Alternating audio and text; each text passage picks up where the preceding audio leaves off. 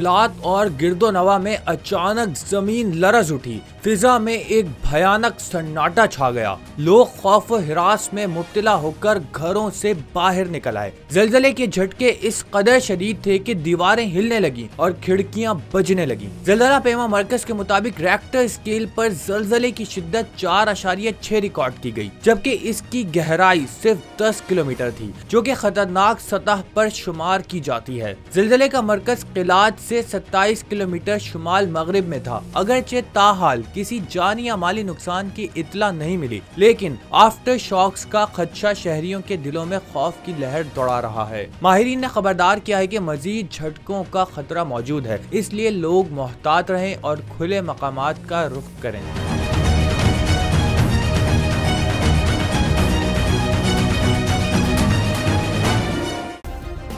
Subscribe करें और bell दबाएं ताकि कोई खबर रह न जाए।